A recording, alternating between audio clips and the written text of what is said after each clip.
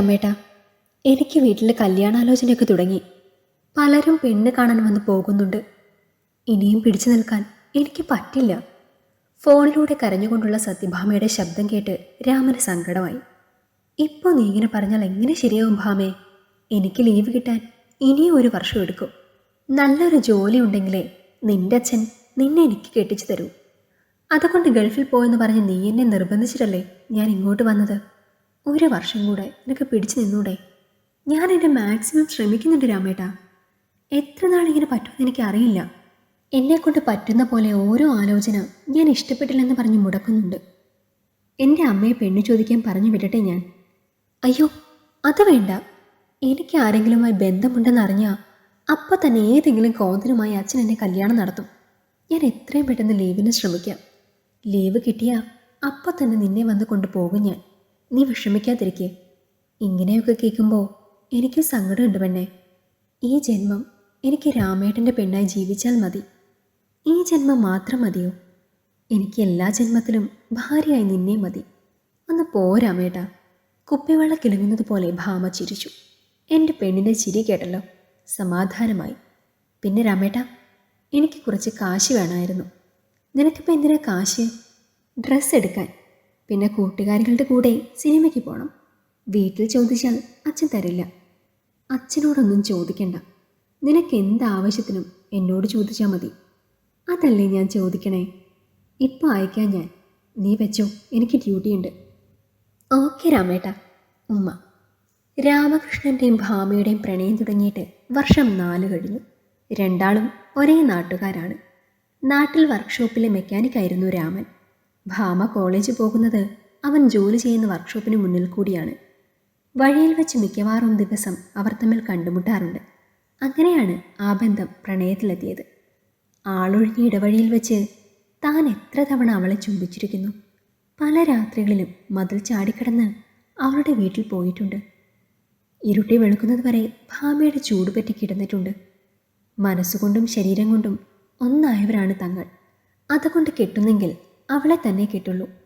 വേറൊരാണിനു മുന്നിൽ അവളെ കഴുത്തു നീട്ടാൻ അനുവദിക്കുന്നത് തന്നെ പാപമാണ്. നിന്നെ ഞാൻ ആർക്കും വിട്ടു കൊടുക്കില്ല സത്യഭാമേ. രാമകൃഷ്ണൻ മനസ്സിൽ പ്രതിജ്ഞയെടുത്തു. തൻ്റെ അമ്മയോടൊരു പെൺകുട്ടി ഇഷ്ടമാണെന്ന് പറഞ്ഞിട്ടുണ്ടവൻ. ആളെ പറഞ്ഞിട്ടില്ല. ഭാമയുടെ അച്ഛൻ താൻ വരുന്നതിന് മുൻപ് അവളെ കല്യാണം കഴിപ്പിച്ച് വിടാൻ ശ്രമിച്ചാൽ അമ്മയെ പെണ്ണ് ചോദിക്കാൻ വിടാമെന്നും അവളെ തനിക്ക് തന്നില്ലെങ്കിൽ വിളിച്ച് വീട്ടിൽ കൊണ്ടുപോകാൻ അമ്മയോട് പറയണമെന്നും അവൻ തീരുമാനിച്ചു. ഇതൊന്നും ഭാമയെ അറിയിച്ച് അവളെ വിഷമിപ്പിക്കേണ്ടെന്ന് കരുതി രാമകൃഷ്ണൻ അവളോട് തൻ്റെ തീരുമാനമൊന്നും പറഞ്ഞില്ല. രാമകൃഷ്ണൻ സത്യഭാമയെ എന്നും വിളിക്കും. വീഡിയോ കോളിൽ അവർ കുറേ നേരം സംസാരിക്കും. അങ്ങനെയാണ് ദിവസങ്ങൾ അവർ തള്ളി നീക്കുന്നത്. ജോലിയുള്ള തിരക്ക് കൂടിയപ്പോൾ രാമൻ അവളെ വിളിക്കാൻ നേരം കിട്ടാതെയായി. മണിക്കൂറുകൾ നീണ്ട സംസാരം 10-15 മിനിറ്റിൽ ഒതുങ്ങി. ആദ്യമൊക്കെ പരാതിയും പരിഭവവുമായി നടന്നിരുന്നവൾ പിന്നെ ഒന്നും പറയാതെയായി. രാമൻ്റെ മനസ്സിൽ അന്നും ഇന്നും ഭാമ മാത്രമായിരുന്നു. ഭാമ പക്ഷി മാറി തുടങ്ങിയത് അവൻ അറിഞ്ഞില്ല. അങ്ങനെ ഇരിക്കുമ്പോൾ ഒരു ദിവസം രാമകൃഷ്ണൻ സത്യഭാമയുടെ ഫോണിലേക്ക് വിളിച്ചപ്പോൾ സ്വിച്ച് ഓഫ് എന്നായിരുന്നു മറുപടി. ഫോണിന് എന്തെങ്കിലും തകരാറ് സംഭവിച്ചതാകുമെന്ന് കരുതി അവൻ സമാധാനിച്ചു. ഒരാഴ്ച കഴിഞ്ഞിട്ടും അവളെക്കുറിച്ച് വിവരമൊന്നും കിട്ടാതായപ്പോൾ അവൻ ഭയന്നു. ചേച്ചിയുടെ പ്രസവത്തിൻ്റെ തിരക്കിൽപ്പെട്ട് അവൻ്റെ അമ്മ ഹോസ്പിറ്റലിലായതുകൊണ്ട് സത്യഭാമയുടെ വീട് വരെ പോയി തിരക്കാൻ അമ്മയോട് പറയാൻ അവന് പറ്റിയില്ല. അങ്ങനെ നാട്ടിലുള്ള വർക്ക്ഷോപ്പിൽ കൂടെയുണ്ടായിരുന്ന ഒരു കൂട്ടുകാരനെ അവൻ അവളുടെ കാര്യം തിരക്കാൻ പറഞ്ഞു വിട്ടു. അവനിൽ നിന്നും രാമൻ സത്യഭാമയുടെ കല്യാണം ഒരാഴ്ച മുൻപ് കഴിഞ്ഞുവെന്നറിഞ്ഞ് ഞെട്ടിപ്പോയി. കേട്ട പാതി കേൾക്കാത്ത പാതി എമർജൻസി വിസയെടുത്ത് രാമകൃഷ്ണൻ നാട്ടിലെത്തി. പ്രസവിച്ച് കിടക്കുന്ന പെങ്ങളെപ്പോലും കാണാൻ പോകാതെ അവൻ ആദ്യം പോയത് സത്യഭാമയുടെ വീട്ടിലേക്കാണ്. ഒരു കല്യാണം കഴിഞ്ഞ വീടാണ് അവളുടെ എന്ന് കണ്ടാൽ തോന്നില്ലായിരുന്നു. വീട് പെയിൻ്റ് അടിക്കുകയോ കല്യാണ ആഘോഷത്തിൻ്റെ ശേഷിപ്പുകളോ ഒന്നും തന്നെ ആ വീട്ടുമുറ്റത്തുണ്ടായിരുന്നില്ല. ആരാ അത്? ഉമ്മറത്ത് നിന്ന് ഭാമയുടെ അച്ഛൻ്റെ ശബ്ദം കേട്ടു. ഞാൻ രാമകൃഷ്ണൻ. ഇവിടുത്തെ ഭാമയും ഞാനും 5 വർഷമായി സ്നേഹത്തിലായിരുന്നു. അവളെ കല്യാണം കഴിക്കാൻ വേണ്ടിയാ ഞാൻ ഗൾഫിൽ പോയത്. എന്നിട്ടിപ്പോൾ എൻ്റെ പെണ്ണിനെ നിങ്ങൾ വേറെ കെട്ടിച്ചു വിട്ടല്ലേ? എൻ്റെ പെണ്ണിതെങ്ങനെ സഹിക്കും? നിങ്ങൾ കണ്ടെത്തി കൊടുത്ത ഭർത്താവിൻ്റെ കൂടെ അവൾക്ക് ജീവിക്കാൻ കഴിയില്ല. അധികം വൈകാതെ തന്നെ മോള് ബന്ധം ഉപേക്ഷിച്ച് വീട്ടിൽ വന്ന് നിൽക്കും.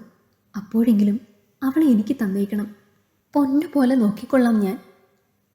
മുന്നിൽ നിന്ന് കരഞ്ഞു പറയുന്ന ചെറുപ്പക്കാരനെ നോക്കി അയാൾ മെല്ലെ എഴുന്നേറ്റു. എൻ്റെ മോള് സത്യഭാമയെക്കുറിച്ചാണോ മോൻ പറയുന്നത്? അതെ, അവളെ മാത്രമേ ഞാൻ സ്നേഹിച്ചിട്ടുള്ളൂ. നിങ്ങൾ അവൾക്ക് കല്യാണം നോക്കുന്നുണ്ടെന്ന് എൻ്റെ പെണ്ണ് പറഞ്ഞതാ. ലീവ് കിട്ടാത്തതുകൊണ്ട് വരാൻ വൈകിപ്പോയി ഞാൻ. എൻ്റെ മോൾക്ക് ഞാൻ കല്യാണം നോക്കിയെന്നത് ശരി തന്നെയാണ്. പക്ഷെ അവൾ കെട്ടിപ്പോയത് അവൾ സ്നേഹിച്ചവൻ്റെ കൂടെയാണ്. മോനെപ്പറ്റി എനിക്ക് അറിയില്ലല്ലോ. അവൾക്ക് ഞാനല്ലാതെ വേറെ കാമുകനൊന്നുമില്ല. നിങ്ങൾ എന്നെ പറ്റിക്കാൻ നോക്കണ്ട.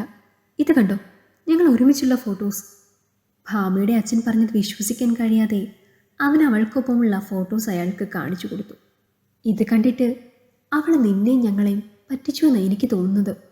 അവളുടെ കൂടെ കോളേജിൽ പഠിച്ച അപ്പുറത്തെ വീട്ടിലെ ചെറുക്കനുമായ ഭാമയുടെ കല്യാണം കഴിഞ്ഞത്. ഒരു മകനും കാണിക്കാത്ത നെറുകേടാണ് അവൾ കാട്ടിയത്. രാത്രി മുകളിലെ അവളുടെ മുറിയിൽ നിന്ന് ഇറങ്ങി വരുന്നവനെ കള്ളനെന്ന് കരുതി നാട്ടുകാർ പിടിച്ചു. അങ്ങനെ പിറ്റേന്ന് തന്നെ അവരെ രജിസ്റ്റർ മാരേജ് നടത്തി കൊടുത്തു. അവൻ്റെ കൂടെ ഇവളെ പാർക്കിലും ബീച്ചിലും സിനിമാ തിയേറ്ററിലും കണ്ടുവന്ന് ചിലർ പറഞ്ഞു കേട്ടിട്ടാണ് ഞാൻ അവളെ ഒരു ചീത്തപ്പേര് ഒഴിവാക്കാൻ കെട്ടിക്കാൻ നോക്കിയത്. ഇത് പിന്നെ ആകെ നാണക്കേടായപ്പോൾ നടത്തേണ്ടി വന്നു. കുറച്ച് നാളായി അവർ അടുപ്പത്തിലായിട്ടെന്നാണ് അവനും അവളും പറഞ്ഞത്. എല്ലാവരും അറിഞ്ഞു പോയോണ്ട് അത് നടത്തി, നാണക്കേട് മാറ്റാൻ. ഇനി അവൻ്റെ കൂടെ അവൾ മര്യാദയ്ക്ക് ജീവിച്ചാൽ മതി. തോർത്തുമുണ്ടുകൊണ്ട് കണ്ണുനീറൊപ്പി അയാൾ വീട്ടിലേക്ക് കയറിപ്പോയി. അപ്പോഴും സ്തബ്ധനായി നിൽക്കുകയായിരുന്നു രാമകൃഷ്ണൻ. തൊട്ടടുത്ത വീട്ടിൽ നിന്നും തന്നെ ഉറ്റുനോക്കുന്ന സത്യഭാമയെ അവൻ പെട്ടെന്ന് കണ്ടു. അവളെ കണ്ടതും അവൻ്റെ മുഖത്ത് വെറുപ്പ് നിറഞ്ഞു. മുറ്റത്തേക്ക് കാർക്കിച്ച് തുപ്പി രാമൻ അവിടുന്ന് പോയി. രാമകൃഷ്ണൻ പിന്നീട് ഗൾഫിൽ പോയില്ല. കൂട്ടിവെച്ച സമ്പാദ്യം കൊണ്ട് പണിയെടുത്ത വർക്ക്ഷോപ്പ് സ്വന്തമായി വാങ്ങി. അമ്മ കണ്ടുപിടിച്ച നല്ലൊരു പെൺകുട്ടിയെ കിട്ടി കുഞ്ഞുമൊക്കെയായി സുഖമായി ജീവിച്ചു. സത്യഭാമയെ കെട്ടിയവൻ അവൻ അവളെ മടുത്തു തുടങ്ങിയപ്പോൾ സംശയരോഗം കാരണം ദിവസവും തല്ലും വഴക്കും തുടങ്ങി. സഹികെട്ടവൾ ബന്ധുപേക്ഷിച്ച് സ്വന്തം വീട്ടിൽ തന്നെ നിൽപ്പായി. സത്യഭാമയുടെ വിശേഷങ്ങൾ രാമകൃഷ്ണനും അറിഞ്ഞു. തന്നെ ചതിച്ചതിനുള്ള ശിക്ഷയാണ് അവൾ അനുഭവിക്കുന്നതെന്ന് അവൻ ഓർത്തു. എവിടെയെങ്കിലും വെച്ച് അവളെ കണ്ടാൽ അറിയാതെ പോലെ അവൻ അവളെ നോക്കില്ല. ഭാര്യയും കുഞ്ഞുമായി രാമൻ സന്തോഷത്തോടെ ജീവിക്കുന്നത് അസൂയയോടെ കാണാനേ അവൾക്കും വിധിയുള്ളൂ. ഈ കഥ നിങ്ങൾക്കിഷ്ടമായെങ്കിൽ ലൈക്ക് ചെയ്യൂ. നിങ്ങളുടെ അഭിപ്രായങ്ങൾ കമൻ്റായി രേഖപ്പെടുത്തൂ. കൂടുതൽ കഥകൾ കേൾക്കാൻ ഈ ചാനൽ സബ്സ്ക്രൈബ് ചെയ്യൂ.